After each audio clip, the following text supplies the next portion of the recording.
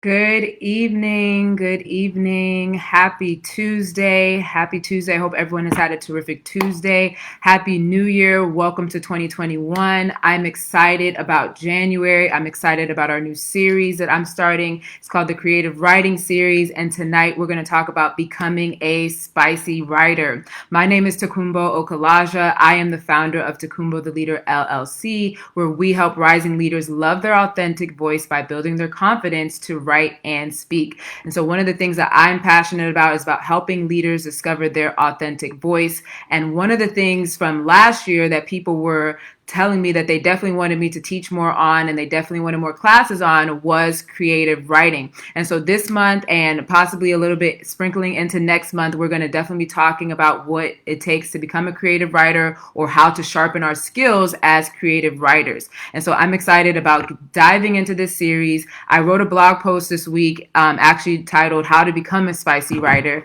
And I will, let you know exactly what is a spicy writer, right? A spicy writer is just a creative writer, a writer that colors outside of the lines, a writer that is not afraid to do bold things, that's not afraid to use different words, to use different genres of writing. Spicy writers, when I think about the spicy writer theme, I'm thinking about individuals that are continuously sharpening their craft and continuously pushing the boundaries when it comes to writing, right? These are the people that make up their own genres. They make up their own type of writing. And so we're going to delve into how can we keep our writing spicy? How can we make sure that we're not bored with our writing so that we can continue to develop our writing skills? And so this came about too because one day I was sitting down in a teaching and my mentor said, do not become too familiar with your gifts. And so one of the things that happened for me when she said that is that I immediately was like, okay, what am I, becoming too familiar with that I could actually enhance in this part of my life? And so immediately the word writing came across my face. And if you know anything about me, I am obsessed with writing. But at this particular point, I was like, you know what? I've done so much writing. I'm over it. And so I was a writing teacher for 7 years. When I was in middle school and high school, I only took honors English classes. I have a minor in rhetoric and my degrees in government and politics. So all I did was write papers. In graduate school, all we did was write papers. So I was like, you know what? I can write. That's not that big of a deal. And so at that point in my life, God was like really showing me like, no, you really need to take this writing thing seriously. I got so many messages about how I need to take writing seriously. And so I'm going to share with us today about if you're a person that has become too familiar with your writing gift, or maybe you put down your writing gift, or maybe your writing gift has become a little bit boring to you. Here are some ways that you can just enhance your writing and possibly continuously follow through with your writing project. So number one, I believe that the number one thing that you need to do is become a word nerd. If you're watching and just in the comments, just put hashtag word nerd. This is going to help. Like if you're a person that wants to expand, you need to expand your vocabulary. You need to read a dictionary. I love looking up random words. I love when people are teaching or preaching or whatever, and I hear something, I'm like, I don't know that word. I go and I write it. I put it in my phone. I have a whole list of words in my phone. And I put them in my phone. I go look up what the word is, and then I actually go find the definition, and then I go write sentences with that particular word. So if I'm watching someone in an interview, I remember I watched, I think it was Regina King, and she used the word prescient. And I was like, what is that? And so I got my phone out, I went to go look up the word, and I put it in my phone. During the stay-at-home order, I literally have a thing on my phone, in my notes, called stay-at-home vocab words. And I put in words, and I go look up the word, and I also, just to take it a step further, go ahead and ignore your friends and text them with the word of the week that you have, right? All week, I'll try to use that word. And in any way, shape, or form, I'll just be like, oh, this is my word for the week. I know my word for this week is pernicious, which is harmful. And so you can definitely enhance your writing if you become a word nerd. And I see some people, hey, Chelsea, you love the thesaurus. I love the thesaurus. I love, I know when I was in high school, our teacher taught us that, if you're using a word way too many times in your writing, you might want to go find a thesaurus and look for a synonym for that particular word so that you can switch up your writing. I like to teach people, if you're saying words like sad, elevate your writing and use the word melancholy. If you're using words like bad and you want to enhance your writing as a leader, I would use the word abysmal. If you're using the word happy, I would elevate it to use the word auspicious. And so you always want to look for words to elevate your writing. Definitely keep it in your phone, and definitely if you want to challenge yourself, text your friends the word of the week and continue to bother them with that word that you found out for the week. The next thing that I advise us to do is this might sound a little bit weird to some of you, but meditation is important if you want to get your creative juices flowing. I know for me, when I started meditating, this is back in college, I would literally spend an hour I would literally spend an hour turning off the TV, turning off your phone, turning off social media, shutting every single thing down so that you're not digesting everyone else's voice. If you're a leader and you're trying to discover your own voice and develop your own voice, you need to stop digesting and taking in everyone else's voice and what everyone else is saying. It's cool to get inspiration from other people, but at some point, if you're trying to get creativity flowing, you need to shut things down. I know for me, I turn off music. I will turn off the TV. I'll turn off every single thing and I'll sit in silence. If you're a person that might be difficult for you, I would try 10 minutes a day where I would be silent and, put a timer on your phone. And it's very difficult at first. Your mind might start wandering and you might be like, oh, you might be sitting there for 10 minutes. You're like, oh, I got to pay this bill. Oh, I got to text this girl back. Oh, I got to do this. I got to do that. But it's a practice, and we call it mindfulness. Some people call it mindfulness, meditation, whatever you want to call it, whatever you do, devotion. You need to sit by yourself for 10 minutes and really discover your inner voice and what is inside of you, and stop taking in everyone else's junk and everyone else's voice, especially in this day and age where we can just get on social media and take in every single thing. So number 2, definitely meditation. There's so many apps out there.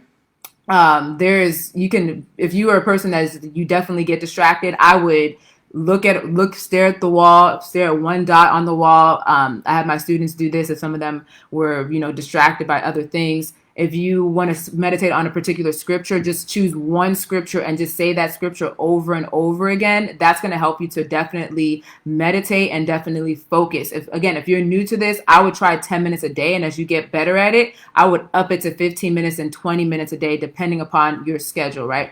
Hey, good to see you guys. Good to see you. And after you're done with the meditation, another thing is going to help you elevate in your creative writing journey and to help you to become a spicy writer is definitely journaling. This is going to be key. After meditation, I always journal. If you know me, Google Docs is my best friend. I have so many Google Docs. I've transitioned from journals to Google Docs just because it's a little bit easier sometimes. I have a journal right now because sometimes I vacillate between the two. That's another vocab word for the week that I saw Candace put up there. Yeah, so I toggle between the two of them. And so I get a journal, right? And the great thing about journaling is that you have no end goal in mind. So there's no pressure about what you're writing. You could just be as free as you want to be, just writing whatever you want. There's no pressure. There's no prompt. It's just what is going on in your mind right now. What are some thoughts that you have right now that you want to definitely deal with throughout the day, or you want to deal with later on in the week? So take out a journal. I would do this again, 10 minutes. If you don't have 10 minutes, journal for 5 to 10 minutes a day. And again, there's no end goal in mind. The biggest goal in mind is that you're just keeping your hands moving for the 10 minutes. That's a challenge for you, is to keep your hands moving for the 10 minutes. And that's definitely going to cause you to create more creativity when it comes to your writing.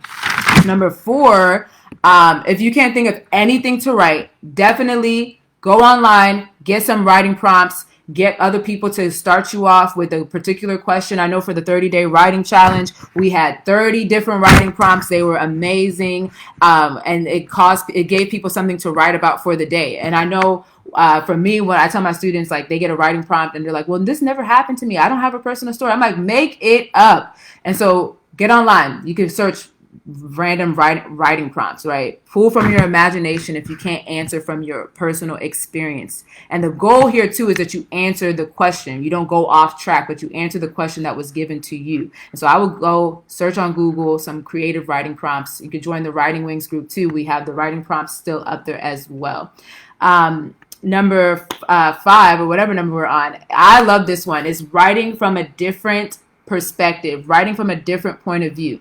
This is something like a historical narrative. What it is with this particular writing prompt is that you have to go into history and go into someone else's experiences and write from that person's point of view. So you may have never had this experience before, but because you did research on this particular person or this particular time, you will write a story based off of historical facts or based off of the facts of that particular person and what they went through in that era and that season. You will take the clues from that place and you will write from that lens, from that point of view. I know for me, I think it was my second year teaching, my first year teaching, I can't remember. My students and I actually did something really cool. I don't know if any of you guys are a teacher on here. There's something called Facing History and Ourselves. I love their curriculum.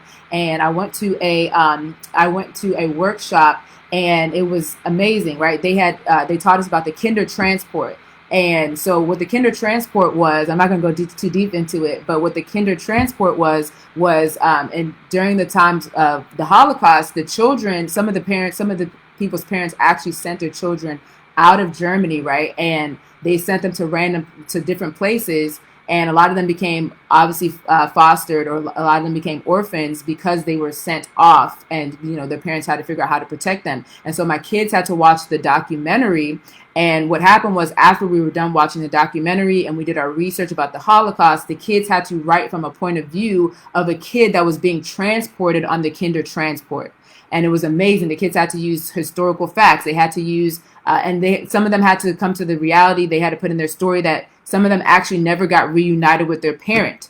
And so if you want to enhance your writing or you want to become a spicy writer, do your research on a particular subject or on a particular person and write from that person's point of view. So that means that you've never had this experience, but you're stretching your imagination, you're stretching your critical thinking skills, and you're working on your researching skills by looking into this person's life and figuring out, these are facts that I could put into my story. What words would you say if you know that you're on the Kinder Transport? So my kids, they went to go find Deutsch, German. They went to go find different words in order for them to put it in their writing, which was super cool to me. Number 6, or whatever number we're on right now, you need to figure out how to use figurative language. You need to know how to use alliteration. You need to know how to throw in a simile. You need to know how to throw in a metaphor. You need to know how to throw in onomatopoeia. If you know different figurative language, you can just pop it in at any point. You can make a whole poem that's just a bunch of similes, right? So you need to go read up on that, research how you can use that. I've done some classes on how people can actually incorporate different figurative language in their own writing. The next one is I'm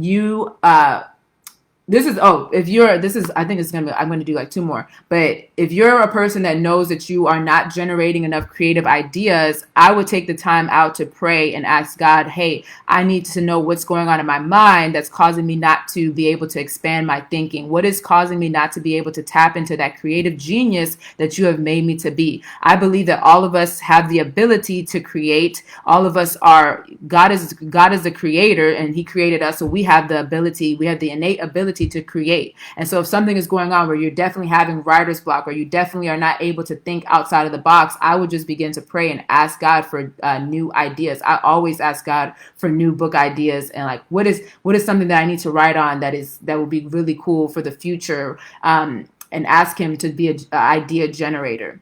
Lastly, if you are an individual that knows that you write a lot, and I know for me, I'll take a whole week to write a manuscript, and then I'll be like, my mind is exhausted, my brain is fried, and I'm gonna take a break.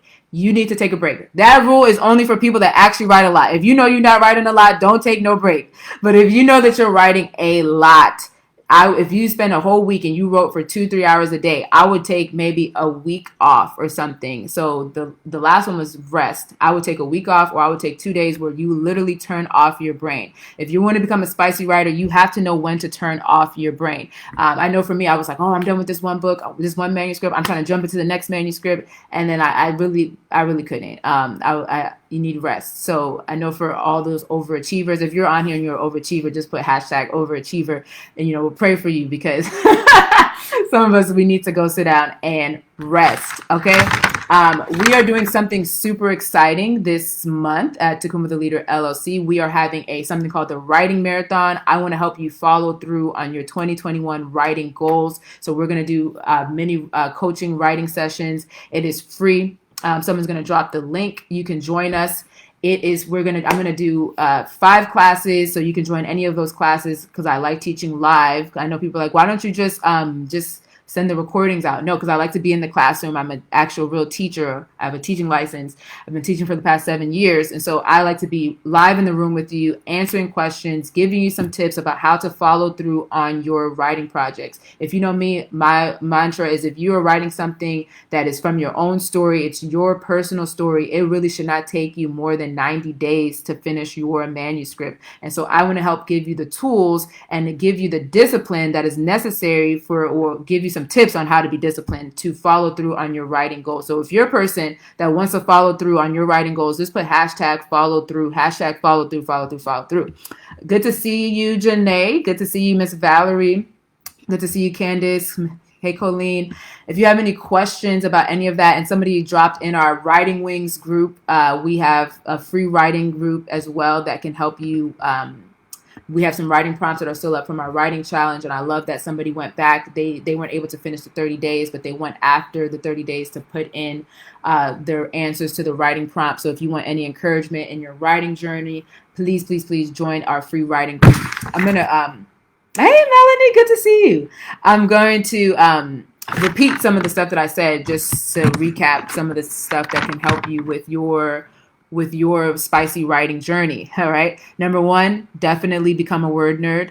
Get a dictionary, read a dictionary, impress your friends by using random words. Text them, be like, oh, that comment that you made was very pernicious and it hurt my feelings. Like, be that person. If you hear somebody talking, you hear someone teaching and you have no idea what that word means, please go look up the word and not just be looking at them crazy. I love when any of my teachers or my mentors use words. I'm like, I don't know what that word is. And I go put it in my phone and I keep it there and I write sentences. So number 1, become a word nerd. Number 2, you really need to practice meditation. You need to practice, I said start 10 minutes a day if you're not used to it. Definitely practice 10 minutes a day of that. Number 3, after you're done with meditation, you should be journaling for 10 minutes or more a day. Number 4, after that, you should definitely be invested in getting different writing prompts. Look online. I told you in the Writing Wings group, we left up our 30-day writing prompts on there. So if your brain is fried right now, you can't think of anything to write about, let us give you a writing prompt to jump you off. Number 5, you should definitely challenge yourself to write from a different perspective, from a different experience. Put yourself in someone else's shoes and think about what they would say, how would they act in a particular story. So you're coming out of the story and you're taking on someone else's mindset because you've done some research. Number 6, you should definitely be looking into figurative language. How can you use figurative language in your own writing? How can you learn how to use them? And there's so many figurative language devices out there there's so many that you could just throw in like 2 and have fun in your writing journey. And not lastly, but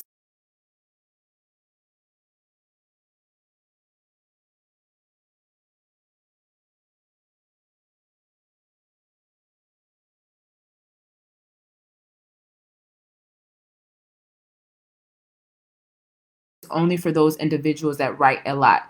You need to rest. Maybe take a week off and turn your brain off. I know for me, I'll be like, oh my God, I have all these new ideas. I want to start writing it. But I know that if you do start, you're gonna be like irritated too much, you're not gonna follow through on your writing goal if you're severely irritated because you didn't take that time out to rest, right? And so definitely if you're a person that writes a lot, take a week off or take 2 days off to definitely turn your brain off and rest your mind. And I guarantee you, if you rest your mind, you're going to come back sharper. You're going to come back stronger. It never fails for me. I took a break. I took a long break. And then I came back and I wrote another manuscript in 1 week, not playing with you. And that was it. Like I was well rested. My mind was well rested that I was able to just type because I rested.